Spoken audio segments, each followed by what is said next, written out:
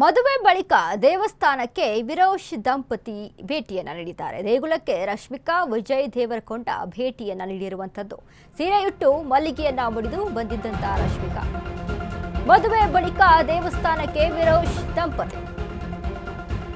ದೇಗುಲಕ್ಕೆ ರಶ್ಮಿಕಾ ವಿಜಯ್ ದೇವರಕೊಂಡ ಭೇಟಿಯನ್ನ ನೀಡಿದ್ದಾರೆ.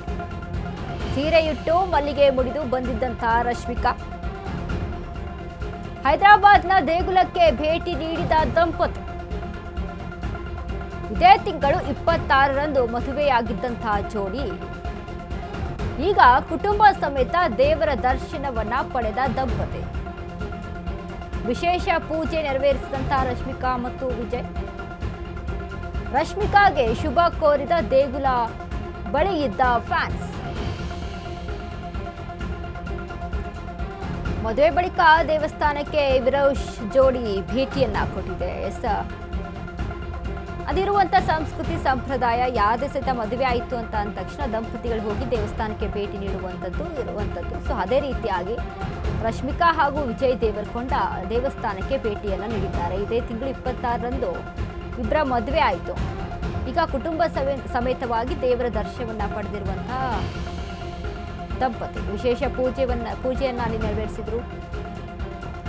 ರಶ್ಮಿಕಾಗೆ ಅಲ್ಲಿರುವಂತಹ ಫ್ಯಾನ್ಸ್ಗಳು ಶುಭವನ್ನ ಕೋರಿದ್ದಾರೆ. ಹೈದರಾಬಾದ್ನಲ್ಲಿರುವಂತಹ ದೇಗುಲಕ್ಕೆ ಭೇಟಿ ಕೊಟ್ಟಿರುವಂತದ್ದು ವಿರೋಶ್ ಜೋಡಿ. ಇದೀಗ ಎಲ್ಲೆಡೆ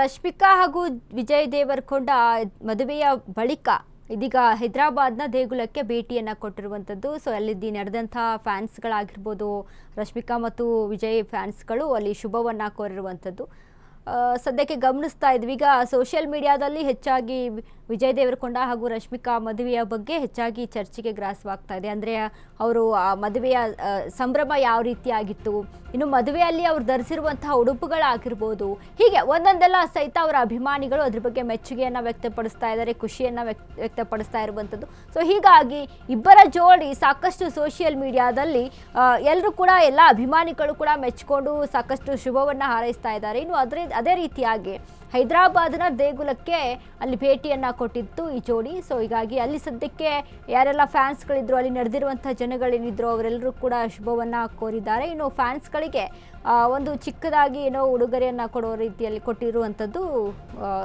ರಶ್ಮಿಕಾ ಹಾಗೂ ವಿಜಯ್ ದೇವರಕೊಂಡ.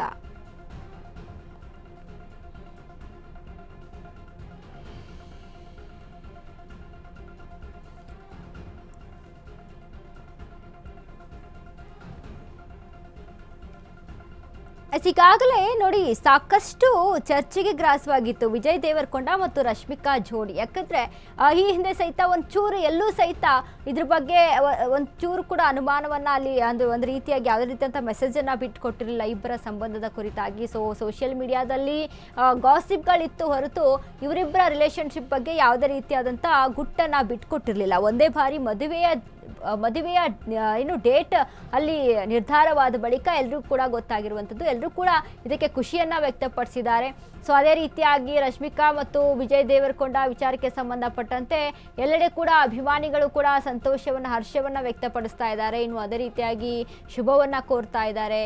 ಇನ್ನು ಹೈದರಾಬಾದ್ನ ಉದಯಪುರದಲ್ಲಿ ಇದೇ ಒಂದು ಫೆಬ್ರವರಿ 26ರಂದು ಮದುವೆ ನಡೆಯಿತು. ಸೊ ಮದುವೆಯ ಬಳಿಕ ಸಾಕಷ್ಟು ಅವರು ಮದುವೆ ಆಗಿರುವಂಥ ಒಂದು ಸಿಂಪಲ್ ಮೆಥಡಲ್ಲಿ ನಾವು ಗಮನಿಸಿದ್ದೀವಿ ಯಾವ ರೀತಿಯಾಗಿ ಅವರ ಒಂದು ಜೋಡಿ ಕಾಣಿಸ್ಕೊಂಡಿದೆ ಅಂತ. ಇದ್ರ ಬಗ್ಗೆ ಎಲ್ಲ ಪ್ರಶಂಸೆಗಳು ವ್ಯಕ್ತವಾಗಿತ್ತು.